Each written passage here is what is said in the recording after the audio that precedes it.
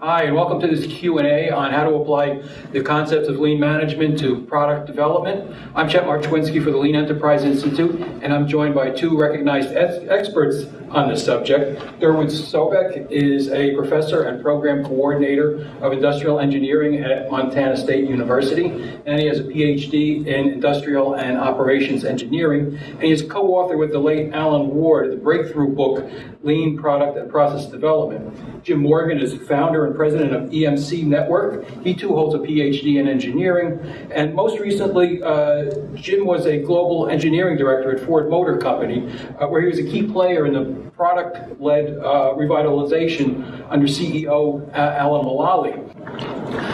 Jim, you've written a book about lean product development. You have a PhD in engineering. You've been involved as a global engineering manager at Ford, where you applied these ideas. I'm wondering, how did your thinking about lean product development evolve over the past 10 years or so? And so when I had the opportunity to do the research at the University of Michigan and study lean product development, it was an epiphany for me. I came back from industry and spent 4 years going through this process, and I learned so much. But I have to say that I learned even more when I had to try to implement these ideas in a novel environment. And I think one of the things that I learned was just how critical product focus was for the entire organization, to align people and to get them to work together to deliver great products and value streams that were profitable. And the other thing is, I learned that it's all about people, right? How important it was to spend time in developing people and working to get them engaged, and how much they can contribute when they're fully engaged in the process. And that's a big part of what I think lean is generally, and lean product development is specifically. I heard you make the point too about developing people. Part of it is developing people with the work, right, not necessarily going outside but staying on site and making that people development part of the learning process. That's absolutely right, Jack. It's critical that you, and to use a quote that I learned from Toyota and tried to live by, is to develop products and people simultaneously. In other words, to build that into the way you do your work, whether it's in design reviews or plant walkarounds, always with an eye towards how are you developing your engineers for the next generation of great products.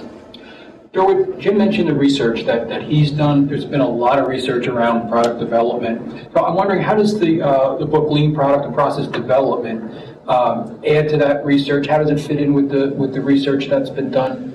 Yeah, that's a really good question. A lot of the research in product development really focuses on what I would call a project view of product development.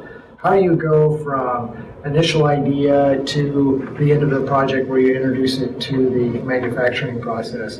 And what we see in this book, I think, is a broader view of how do you actually continuously improve your projects by leveraging the knowledge and expertise of your people, by growing leadership and growing the people, and also by having a robust design process that not only creates solutions for the current problem, but generates knowledge that you can reuse on future projects and actually improve your development capability with every project that you complete. Let me follow up just on that idea. Are there any ideas in this book that you can't find elsewhere that didn't come from that other research? There's new ideas in this book. Absolutely. I think there's one of the things that's fairly new is a learning cycle that's based on PDCA but customized to product developers. We call it Lambda: Look, Ask, Model, Discuss, Act. And that's a fairly new concept that you're not going to find anywhere else. There are also examples relative to set-based design, which I think we might talk about a little bit later, that are also new to this book. Some of the ideas of set-based can be found elsewhere, but we've taken that to a whole new level in this book. Okay. I want to come back to set-based, but Jim, I also want to ask you, what are some of the lean concepts, such as creating flow, that this book applies to product development? Yeah, so creating flow in the execution phase is absolutely crucial, and it's one of the key differentiators, I think, of lean product development as opposed to sort of traditional. And that starts with the study period up front, where you do all of the research and all the work to fully understand what the product really needs to be and get everybody aligned around what that vision is for the product. That allows you then to focus on precision and speed in the execution phase and creating flow, applying concepts like really understanding your capacity. In order to understand your capacity, you need to understand the capability of your process.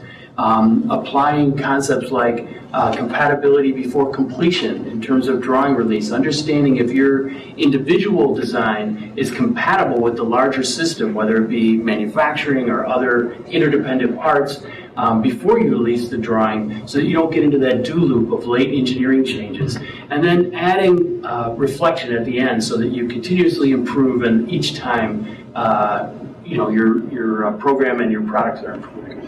Gotcha. Durward, let's come back to set-based design. That's one of the big ideas, the critical ideas in this book. What is it?